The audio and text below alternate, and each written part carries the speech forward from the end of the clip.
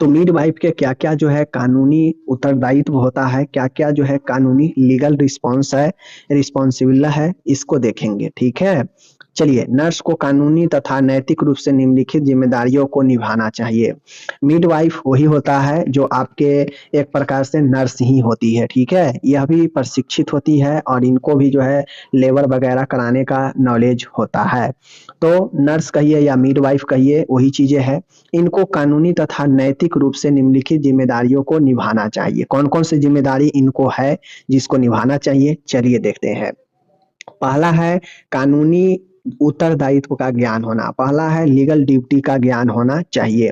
Nurse को अपने कानूनी उत्तरदायित्व का ज्ञान होना चाहिए। ठीक है, यह ज्ञान होना आवश्यक है। व्यवसायिक कार्य करते हुए लापरवाही का दोषी पाए जाने पर नियम के अनुसार कार्रवाई होगी। अब मान गए आप ड्यूटी कर रहे हैं, ठीक है, आप नर्स हैं, आपका क्या काम है लेबर वार्ड में, ठीक है, बच्चे को देख रेख करना, ठीक है, जन्म में प्रसव में जो है अपना भूमिका निभाना। और अगर आप अपने कर्तव्यों से, अपने व्यवसायिक कार्य से लापरवाही कर रहे हैं, सही से काम नहीं कर रहे हैं, तो आपके ऊपर भी कार्रवाई होगा। तो इसके लिए आपको ये जानकारी होनी चाहिए कि आपका क्या लीगल ड्यूटी है, क्या आपको कानूनी उत्तरदायित्व है, क्या आपका कर्तव्य है, और अपने कर्तव्यों को अच्छे से करें। नहीं करेंगे तो आपके ऊपर भी जो है कार्रवाई हो जाती है। तो ऐसे में लीगल ड्यूटी क्या है आपका, क्या कानूनी उत्तरदायित्व है, इसको आपको समझना चाहिए। तो पहला है कानूनी उत्तरदायित्व का ज्ञान होना, यानी लीगल ड्यूटी का ज्ञान होना। ड्यूटी मतलब आपके कामों को, कर्तव्य का, आपका क्या कर्तव्य है, इसका ज्ञान होना जरूरी है। दूसरा पॉइंट है रिकॉर्ड संधारण करना, रिकॉर्ड मेंटेन करना। नर्स का उत्तरदायित्व है कि रिकॉर्ड का विधिवत तरीके से रख रखाव करे। रिकॉर्ड्स कानूनी रूप से महत्वपूर्ण होते हैं। मिडवाइफ द्वारा किए जा रहे कार्यों को क्रमबद्ध रिकॉर्ड में रखना चाहिए। अब आप एक नर्स है, एक मिडवाइफ है, तो आपका यह भी रिस्पॉन्स बनता है कि आप कितना देखभाल किए हैं, कितने जो है आप डिलीवरी में भाग लिए हैं, कितने लेबर में आप अच्छे से कराए हैं, भूमिका निभाए हैं, मतलब टोटल रिकॉर्ड आपको अच्छे से विधिवत तरीके से रखना चाहिए। क्योंकि यह रिकॉर्ड आने वाले भविष्य में, समय में कानूनी जरूरत पड़ सकता है, कानूनी भूमिका निभा सकता है यह रिकॉर्ड। इसलिए इसको अच्छे से रखना एक आपका रिस्पॉन्स होता है, जिम्मेदारी होता है। ठीक है, तो दूसरा है रिकॉर्ड रखना। तीसरा है कम्युनिकेशन संप्रेषण। संप्रेषण के मतलब होता है कि आप एक नर्स है, एक मिडवाइफ है, तो आपको उससे संप्रेषण मतलब कम्युनिकेशन, मरीज, उसके परिजनों से कैसा बिहेव करना है, कैसा जो है बात विचार करना है। देखते होइएगा कहीं कहीं बहुत कड़क आवाज में कोई स्टाफ बात करता है, ऐसा नहीं होना चाहिए। आप एक नर्स हैं, आप एक मिडवाइफ है, तो आपको यह ज्ञान होना चाहिए कि आपको कैसे रोगी से बातचीत करना है, कैसे आप रोगी के परिवार से जो है बातचीत करेंगे, संबंध बनाएंगे। ठीक है, तो ये आपके ऊपर निर्भर करता है आपके कम्युनिकेशन। तो कम्युनिकेशन संप्रेषण का जिम्मेदारी आपको बनानी चाहिए। बेहतर बनाएंगे तो आप पेशेंट को मनोवैज्ञानिक सहारा दे सकते हैं, क्योंकि आप डायरेक्टली जो है पेशेंट से मिलते हैं। कोई और डॉक्टर तो हमेशा पेशेंट से नहीं मिलता है, लेकिन as a nurse, as a midwife हमेशा पेशेंट से आप ही को देख रेख करना है। तो आप कम्युनिकेशन बेहतर रखेंगे पेशेंट के साथ या उसके परिजन के साथ, तो देख रेख अच्छा होगा। यह कानूनी जिम्मेदारी है कि आपका बात विचार अच्छा होना चाहिए। रिस्पॉन्सिबल जो है आपका कम्युनिकेशन होनी चाहिए। ठीक है, ताकि कम्युनिकेशन ही व्यवहार को प्रदर्शित करता है। उच्च आवाज में बात करिएगा, झरेट के मतलब झाड़ के अपने पास से दूर भगा दीजिएगा, तो इससे क्या होगा, अविश्वास की भावना क्रिएट होगी मरीज के मन में, उसके परिजन के मन में, वह अपने आप को असुरक्षित महसूस करेगा। ठीक है ना, तो ऐसा कम्युनिकेशन करे कि रोगी में, उसके परिजन में विश्वास उत्पन्न हो, आपके प्रति सम्मान की भावना रखे हो। तो कम्युनिकेशन आपको लीगल रिस्पॉन्सिबिलिटी है कि अच्छी होनी चाहिए। ठीक है, चौथा है लिखित सहमति प्राप्त करना। अब मान गए लेबर के दौरान आप पेशेंट का लेबर करने के लिए जो है जा रहे हैं और नॉर्मल डिलीवरी नहीं हुआ, उसके लिए सीजेरियन करना पड़ रहा है, सर्जरी करना पड़ रहा है, तो आपको गंभीर सिचुएशन में आपको शल्य क्रिया करने से पहले जो है रिटन कंसेंट करते हैं, लिखित सहमति प्राप्त करते हैं। अगर ऐसा आप भूल जाते हैं, करना नहीं करते हैं, अगर कोई पेशेंट के साथ गड़बड़ हो गया तो उसके परिजन डायरेक्टली आपको क्या करेंगे, फंसा देंगे। तो इसके लिए रिटन परमिशन पहले लिया जाता है, ताकि पेशेंट के साथ अगर मान के बाई चांस कोई दुर्घटना हो जाता है तो उसका जवाबदेही कानूनी रूप से आपको मदद करेगा वह रिटन कंसेंट। ठीक है, तो इसलिए यह एक महत्वपूर्ण दस्तावेज होता है कि यह आपको बचा सकता है कानूनी पेच में फंसने से, क्योंकि आपके पास पहले से परमिशन रहेगा, रिटेन कंसेंट रहेगा और आप दिखा दीजिएगा कि देखिए सर मैंने इसके कोई गलत नहीं किया, ये प्रॉब्लम के कारण इसके पेशेंट के साथ दिक्कत हो गया, दुर्घटना हो गया, हम लोगों की कोई जिम्मेदारी नहीं है, मैंने इससे पहले ही परमिशन ले रखा है। ठीक है, तो यह रिटेन कंसेंट बहुत महत्वपूर्ण दस्तावेज होता है, इसको जरूरी आपको है रखना। आगे है विस्तृत जानकारी बी अपडेट। मिडवाइफ को विभिन्न प्रकार के कानूनों की विस्तृत जानकारी होनी चाहिए। कानून जानकारी होने से मिडवाइफ को अपने कानूनी उत्तरदायित्व का पता होता है। मानिए आप एक नर्स के तरह काम कर रहे हैं, ठीक है, मिडवाइफ या नर्स, आप जनरल मिडवाइफ एंड गायनेकोलॉजी होता है ना, तो जिसमें मिडवाइफ भी जो है नर्स मिडवाइफ के ही काम करती है। तो समझिए अगर आप के अंदर कानून का विस्तृत नॉलेज नहीं है, आपके अंदर फुली नॉलेज नहीं है कानून के विभिन्न पहलुओं के बारे में, तो क्या होगा, आपको कोई भी आदमी जो है आपको बुर्बक बना के चला जाएगा। क्यों? क्योंकि आपके पास विस्तृत अगर नॉलेज कानून का नहीं रहेगा तो आप उसके उत्तरदायित्व का जो है पालन नहीं कर पाएंगे कि क्या आपका ड्यूटी है, क्या आप मेंटेन करेंगे, क्या रखेंगे, क्या परमिशन लेंगे। ये सब चीज जो है आपके कानूनी रूप से जानकारी होनी चाहिए, विस्तृत जानकारी आपको रखना पड़ता है एज ए मिडवाइफ। ठीक है, छठा है असुरक्षा को टालना, अवॉइड माल प्रैक्टिस। अब ऐसी परिस्थितियां से मिडवाइफ को बचना चाहिए जिससे रोगी को असुरक्षा उत्पन्न हो। यदि किसी प्रक्रिया में मिडवाइफ को कठिनाई उत्पन्न हो तो उसे उस प्रक्रिया को करने में हठ धर्मिता नहीं दिखानी चाहिए। हठ धर्मिता का मतलब होता है कि जबरदस्ती नहीं करनी चाहिए। मिडवाइफ को अपने वरिष्ठ सहयोगियों से सलाह लेनी चाहिए। मान गए अब यह डिपार्टमेंट है, हो सकता है कोई नया भर्ती हो नर्स में और पहले से जो काम कर रहा हो तो उसमें ज्यादा अनुभव का फर्क हो जाता है, तो धीरे धीरे सब सीखता है। तो मान गए जो चीज आपको नहीं आ रहा हो तो आप अपने वरिष्ठ अपने सीनियर से सहयोग लेंगे काम करने में, पेशेंट को देखने में। अब ऐसा नहीं है कि आपको नहीं आ रहा है जबरदस्ती आप जो है, आपको इंजेक्शन देना नहीं आ रहा, आप जबरदस्ती उसको इंजेक्शन दीजिएगा तो प्रॉब्लम हो जाएगा। तो आप सहयोग ले सकते हैं किससे, अपने सीनियर से। एक बात को ध्यान में रखना चाहिए, ऐसा काम ना करे कि मरीज को आपसे असुरक्षा उत्पन्न हो जाए आपके करने से, यानी गलत चीजें माल प्रैक्टिस को अवॉइड करना चाहिए, असुरक्षा को टालना चाहिए फर्स्ट। ठीक है ना, ये चीजें ध्यान में रखना चाहिए, कभी भी हट नहीं करनी चाहिए, जबरदस्ती नहीं करनी चाहिए। सातवां है स्टैंडर्ड केयर, मानक देखभाल। अब कभी भी आपको एक ध्यान में रखना चाहिए कि रोगी के देखभाल को बेहतर स्तर का बनाए रखने के लिए मिडवाइफ को अस्पताल द्वारा निर्धारित मानक देखभाल प्रदान करनी चाहिए, स्टैंडर्ड देखभाल देनी चाहिए। अब माय डियर, कोई भी अस्पताल चाहता है कि मेरे मरीज के साथ कोई दिक्कत ना हो, बेहतर ढंग से देखभाल करे, खासकर सरकारी अस्पताल। सरकारी अस्पताल में जो भी सुविधा होता है देनी चाहिए, जो भी एक मानक तय किया गया है कि इतने मानक तक जो है पेशेंट को इतने स्टैंडर्ड तक देखा जाएगा, तो वो पूरे स्टैंडर्ड अपना उपयोग करना चाहिए मरीज के लिए। चूंकि सरकार व्यवस्था करती है, आपको जॉब पर रखी है, डॉक्टर के रखते हैं, सारे व्यवस्था करते हैं पेशेंट को एक स्टैंडर्ड केयर मिलने के लिए, तो आपको भी एक मानक देखभाल जो है करना चाहिए, जो भी अस्पताल का मानक है उसके अनुरूप देखभाल करनी चाहिए। ठीक है, और यह स्टैंडर्ड केयर करने से बेहतर स्वास्थ्य स्तर बनेगा। ठीक है ना, तो सातवां पॉइंट मानक देखभाल। आठवां है कुछ अन्य कर्तव्य भी हो सकता है एक नर्स का, एक मिडवाइफ का। अन्य कर्तव्य मतलब अन्य ड्यूटी, अन्य लीगल रिस्पॉन्सिबल भी हो सकता है। जैसे मिडवाइफ को रोगी अथवा उसके परिजनों से कोई उपचार स्वीकार नहीं करनी चाहिए। अब आपका ये ध्यान रखना चाहिए कि आप नर्स हैं, आपको सरकार पेमेंट दे रही है या आप प्राइवेट में काम कर रहे हैं तो आपको आपका संस्था जो है मंथली दे रही है सैलरी, तो आप अपने मरीज से उसके परिजनों से कोई उपहार नहीं लेना चाहिए। इस चीज को ध्यान रखना चाहिए क्योंकि यह एक इलीगल है, उपहार लेना इलीगल है। ठीक है, इसलिए लीगल रिस्पॉन्सिबिलिटी है आपका कि आप किसी से कोई उपहार नहीं लेंगे। मिडवाइफ रोगी को देखभाल किसी अयोग्य व्यक्ति के ऊपर ना छोड़े। अब आप नर्स है, हो सकता है आपको कोई कहे कि हमको प्रैक्टिस सिखा दीजिए, थोड़ा ये बता दीजिए काम करना, तो आपको ये ध्यान रखना है कि आप किसी अयोग्य व्यक्ति जो जो इस चीज के योग्य नहीं है उसके ऊपर आप नहीं छोड़ सकते हैं काम को। ठीक है, तो इस चीज को ध्यान में रखना चाहिए। आगे है, यदि रोगी या उसके परिजनों को कोई शिकायत है तो उसका निवारण करना चाहिए। मान गए, आपको ये भी चीज का ध्यान में रखना चाहिए कि बहुत सारे हो गया, गंदगी को लेकर हो सकता है, समय पर दवाई देने के लिए हो सकता है, परिजन आपको सुझाव या शिकायत कर सकता है, तो इसका आपको निवारण करना चाहिए, ना कि उसको जो है आप और परेशानी में डालें।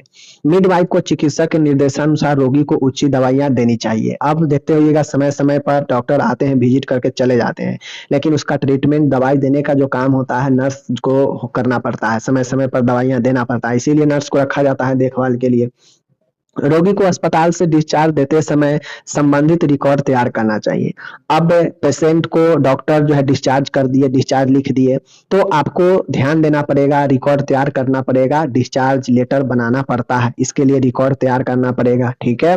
रोगी के बारे में किसी भी प्रकार का गलत कथन नहीं कहना चाहिए, ठीक है।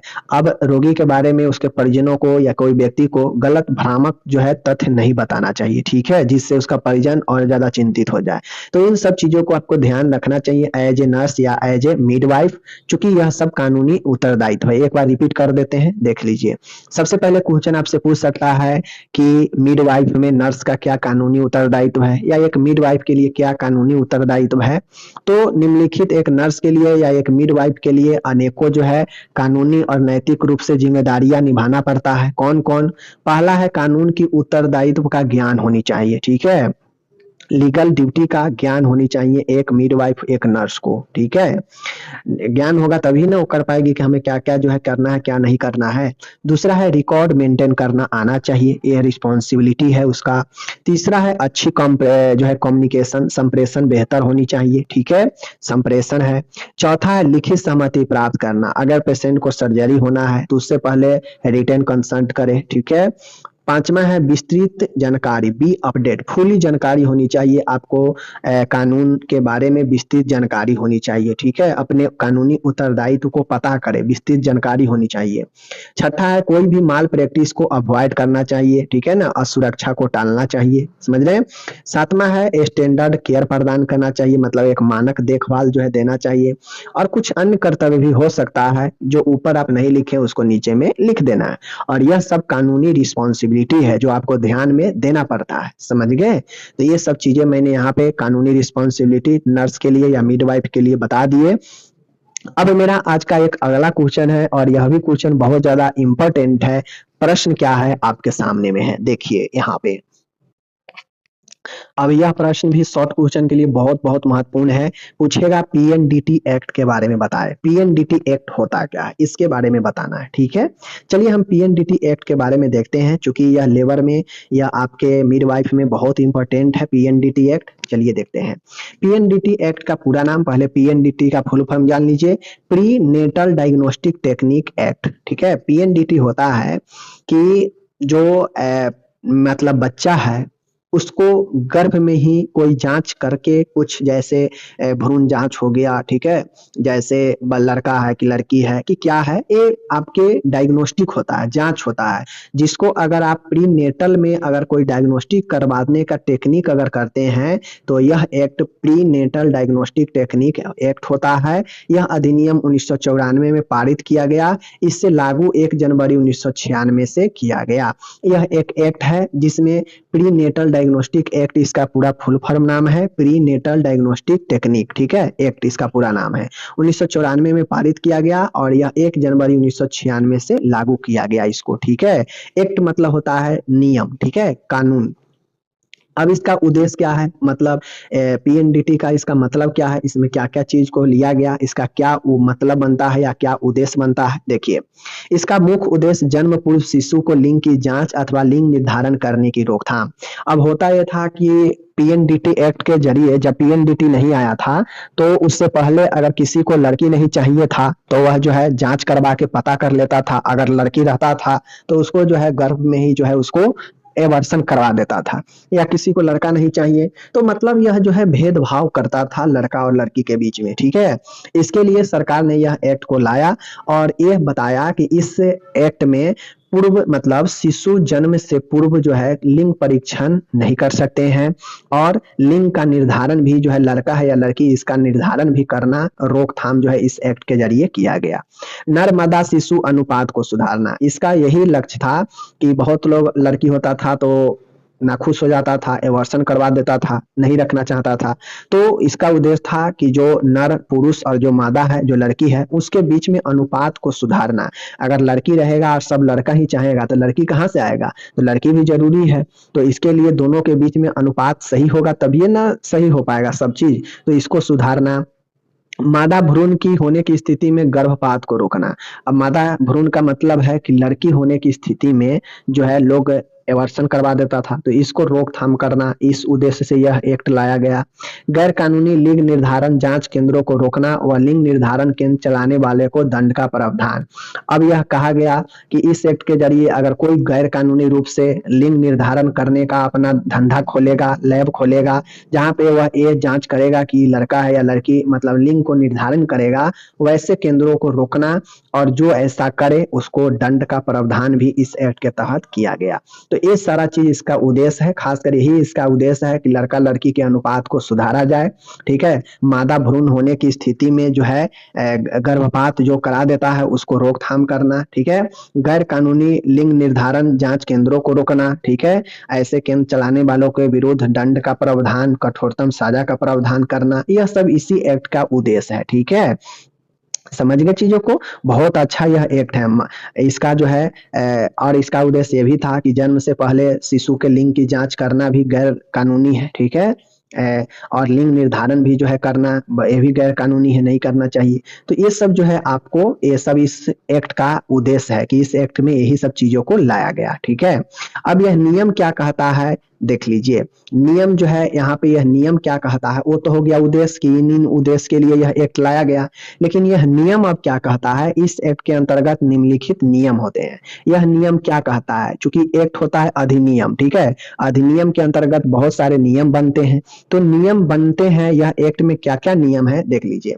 गर्भावस्था में शिशु के लिंग की जांच नहीं की जा सकती है, यह एक्ट कहता है। यह इसमें नियम है कि कोई भी व्यक्ति हो या कोई भी संस्थान हो, वह गर्भ के पीरियड में शिशु की लिंग की जांच नहीं कर सकता है, नहीं की जा सकती है, दंडनीय है। ठीक है, गर्भवती महिला का अल्ट्रासोनोग्राफ किए जाने वाले केंद्रों को सरकार द्वारा पंजीकृत होना चाहिए। अगर कोई अल्ट्रासाउंड अपना खोलता है तो उसे केंद्र सरकार द्वारा रजिस्ट्रेट होना चाहिए, और उसे ये कहना चाहिए कि हाँ, हम यहाँ पे भ्रूण परीक्षण नहीं करते हैं, अल्ट्रासाउंड करेंगे लेकिन भ्रूण परीक्षण नहीं करेंगे। ठीक है, ऐसा आप लोग देखते भी होइएगा, अस्पताल में बोर्ड लगा रहता है कि यहाँ भ्रूण परीक्षण नहीं होता है, यह दंडनीय अपराध है। तो इससे जो है, जो भी गर्भवती महिला का अल्ट्रासाउंड करता है उसे केंद्र सरकार में पंजीकृत होना पड़ता है। ठीक है, उसे कहना पड़ता है कि हाँ, हम भ्रूण परीक्षण, लिंग परीक्षण नहीं करेंगे। जन्म से पहले लिंग निर्धारण का विज्ञापन जारी नहीं किया जा सकता है। कोई भी अस्पताल, कोई भी संस्था जो जांच करता हो अल्ट्रासाउंड का या जो भी चीजों का, वह ये विज्ञापन कतई नहीं चला सकता है कि हाँ, यहाँ पे भ्रूण परीक्षण होता है। इसीलिए देखते होइएगा कि अल्ट्रासाउंड के जहां जहां केंद्र रहता है वहां पे लिखा रहता है बोर्ड में मोटे अक्षर में कि यहाँ पे लिंग परीक्षण नहीं होता है। ठीक है, तो यही विज्ञापन नहीं कर सकता है कोई, समझ गए। अल्ट्रासोनोग्राफी यानी यूएसजी का प्रयोग सीमित एवं विश्वसनीय होनी चाहिए। अब जो यूएसजी है उसका उपयोग ये नहीं होना चाहिए कि भ्रूण परीक्षण के जांच के लिए, लिंग के जांच के लिए किया जाए। इसका सीमित जांच होनी चाहिए और विश्वसनीय होनी चाहिए। ठीक है, यह नियम कहता है। ठीक है, आगे देखिए इस नियम में और क्या चीजें होता है, आगे चलिए हम लोग देखते हैं। आगे होता है कि यूएसजी का उपयोग विशेष परिस्थितियों में पंजीकृत रेडियोलॉजिस्ट अथवा सोनोलॉजिस्ट अथवा गायनिकोलॉजिस्ट द्वारा ही किया जा सकता है। मान गए कभी कभी होता है कि लिंग जानने के लिए नहीं, स्थिति जानने के लिए, भ्रूण किस स्थिति में है, सही है, गड़बड़ है, जब फीमेल को प्रॉब्लम होने लगे तो अल्ट्रासाउंड उस स्थिति में कराना पड़ता है। तो उसके लिए पंजीकृत रेडियोलॉजिस्ट होते हैं, सोनोलॉजिस्ट होते हैं या गायनिकोलॉजिस्ट होते हैं, इन्हीं के द्वारा कराना चाहिए। ठीक है, तो यह सब नियम में कहा गया है, और यह नियम ओवरऑल यही कहा जाए तो यह जो है काबू पाने के लिए किया गया कि भ्रूण परीक्षण, लिंग परीक्षण न हो जन्म से पहले। ठीक है, इसीलिए यह जो है कानून आया खासकर, क्योंकि अगर लोग पता कर लेता था तो लड़की को नहीं होने देता था, ठीक है, या नुकसान कर देता था। बहुत सारे कंडीशन होता था जहाँ पे लड़की और लड़का के बीच भेदभाव होता था, समझ गए। बहुत सारे चीज होता था, लिंग का जो अनुपात है वो गड़बड़ा सकता है। तो इन सब चीजों के लिए यह एक्ट को लाया गया, ठीक है। अब इस एक्ट में का उद्देश्य और नियम समझ गए। अब इसमें कुछ प्रावधान भी करे गए दंड का, पुनिशमेंट का। अगर कोई गलत करेगा, जबरदस्ती इस नियम के विरुद्ध जाएगा तो उसके लिए दंड होता है। तो दंड में क्या क्या है, चलिए आगे हम लोग देखते हैं। इस एक्ट के प्रावधानों का उल्लंघन करने पर निम्न प्रकार से दंडित किया जा सकता है। कौन कौन दंड है, चलिए देखते हैं। पहला है डायग्नोस्टिक केंद्र व रेडियोलॉजिस्ट या चिकित्सकीय पंजीकरण निरस्त किया जा सकता है। पहला तो यही होगा कि कोई भी अगर पकड़ा जाएगा, कोई भी डायग्नोस्टिक केंद्र या कोई भी करने वाला रेडियोलॉजिस्ट हो या कोई भी डॉक्टर अगर पकड़ा जाएगा तो उसका रजिस्ट्रेशन जो है वह निरस्त कर दिया जाएगा, रद्द कर दिया जाएगा, ठीक है। पहला पॉइंट यही होता है। दूसरा है कि मशीनों व रिकॉर्ड्स को जब्त कर लिया जाएगा। जो भी उसके अंडर में मशीन है उसके केंद्र में, उसके मशीन को टोटल रिकॉर्ड्स को जब्त कर लिया जाएगा और ये देखा जाएगा कि अभी तक कितना यह कर चुका है, ठीक है। तीसरा है पहली बार उल्लंघन पर 3 वर्ष की कैद व 10,000 रुपए की जुर्माना। अगर कोई सोनोलॉजिस्ट हो, रेडियोलॉजिस्ट हो या यहाँ तक गायनिकोलॉजिस्ट यानी डॉक्टर भी हो और वह करे और वह पकड़ा जाए तो उसे 3 साल की, तो यही चीजें हैं कि अगर कोई पहली बार इस कानून का उल्लंघन करता है, इस एक्ट का, तो उसे 3 वर्ष की कैद व 10,000 का जुर्माना होगा, ठीक है। दूसरी बार अगर वह इसी चीज को उल्लंघन कर देता है और दूसरी बार पकड़ा जाता है तो 5 वर्ष का कैद होगा और सीधा 50,000 रुपए का जुर्माना होगा, ठीक है। तो ये सारी चीजें होंगे। आगे देखिए पांचवा पॉइंट क्या कहता है। पांचवा पॉइंट कहता है पहली बार उल्लंघन पर मेडिकल काउंसिल ऑफ इंडिया के रजिस्टर से चिकित्सक का नाम 5 वर्ष के लिए हटाना व दूसरी बार उल्लंघन पर हमेशा के लिए नाम हटाया जा सकता है। पांचवा पॉइंट ये है कि कोई अगर गड़बड़ी करेगा, पकड़ा जाएगा, तो पहला बार अगर पकड़ा जाता है, ठीक है ना, तो उसको जो है 5 वर्ष के लिए नाम को रजिस्ट्रेशन से हटा दिया जाता है। जब रजिस्ट्रेशन नहीं होगा तो आप वैलिड नहीं रहेंगे, ठीक है। अगर दूसरी बार पकड़ा जाता है तो हमेशा के लिए हटा देगा नाम, तब फिर कभी रजिस्ट्रेशन ही नहीं होगा मेडिकल काउंसिल ऑफ इंडिया में, एमसीआई में, ठीक है, जो कि डॉक्टर सब रजिस्टर्ड होते हैं वहां पे। जैसे नर्स के लिए काउंसिल होता है ना, उसी प्रकार से डॉक्टर के लिए भी मेडिकल काउंसिल ऑफ इंडिया होता है, ठीक है। तो वहां से नाम हट जाएगा तो आप डॉक्टर बेकार के हो जाएंगे, ठीक है। लिंग निर्धारण करवाने पर रोगी व उसके परिजनों को 1,000 रुपए जुर्माना व 3 महीने का कैद अथवा दोनों किया जा सकता है। अगर कोई घर वाला अपना करवाता है कि अपने परिजन को या किसी रोगी को, तो उसको भी जुर्माना है 1,000 रुपए का या 3 महीने का कैद अथवा दोनों हो सकता है। तो यह सब प्रावधान किया गया है इस एक्ट में। टोटल एक्ट पीएनडीटी मैंने आपको बता दिया, ठीक है ना, पीएनडीटी, ठीक है ना, क्या चीज है, पीएनडीटी ही ना था, देख लीजिए क्या है, पी क्या था, पीएनडीटी, हाँ वही है, प्री नेटल डायग्नोस्टिक टेक्निक, यानी जन्म से पहले डायग्नोस्टिक टेक्निक घातक है, यह जो है गैर कानूनी है, ठीक है। तो मैंने अच्छे से सबको बता दिया इसका उद्देश्य क्या है, क्यों, किस उद्देश्य के साथ में यह आया, इसमें क्या क्या नियम है, क्या क्या नियम यह कहता है, और नियम के बाद इसमें क्या क्या दंड का प्रावधान भी है। अगर कोई नहीं मानता है तो दंड भी है उसके लिए। तो ये सारे चीज दंड के रूप में है, ठीक है। तो यह बहुत कठोर कानून है, समझ लीजिए। यहाँ पे टोटल मैंने आपको इसका इंग्लिश नीचे दे रखा है, ऊपर दोनों प्रश्न का नीचे इंग्लिश एक लाइन दे दिया है एक साथ। तो आप लोग पढ़िए, समझिए। ओके, हम मिलेंगे अगले वीडियो में आपसे।